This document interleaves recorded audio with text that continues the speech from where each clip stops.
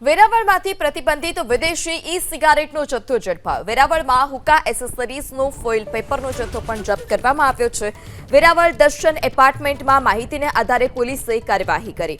એપાર્ટમેન્ટમાંથી પ્રતિબંધિત 80 ઈ સિગારેટ ઝડપાઈ છે।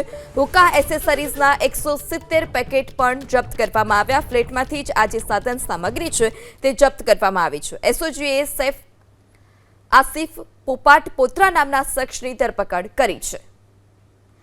ત્યારે હુક્કા એસેસરીઝના 170 પેકેટ કબજે કરવામાં આવ્યા છે। આ સાથે વિદેશી પ્રતિબંધિત જે ઈ સિગારેટ છે તે ઈ સિગારેટ પણ શખ્સ પાસેથી કબજે કરવામાં આવી છે। દર્શન એપાર્ટમેન્ટના ફ્લેટમાં આ પ્રકારે તે વેચાણ કરતો હતો, તેની પાસે જથ્થો હતો।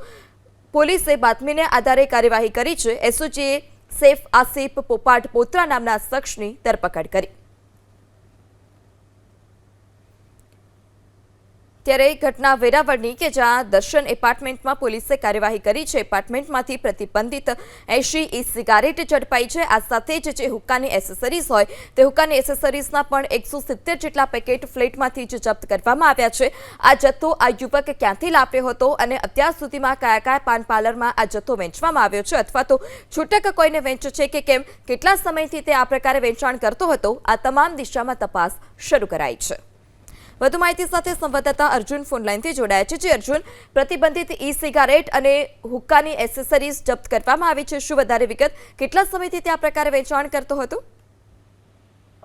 ચોક્કસથી જે પોલીસને બાતમી મળી છે તે પ્રમાણે છેલ્લા ઘણા સમયથી આ જે ઈ સિગરેટ અને પ્રતિબંધિત જે હુક્કાની એસેસરીઝ છે તેનું વેચાણ કરતો હતો। એટલે કહી શકાય વેરાવળ એસઓજી પોલીસે મહત્વપૂર્ણ કડી મળી હતી અને તેઓએ બાતમીના આધારે ત્યાં દરોડા પાડ્યા હતા।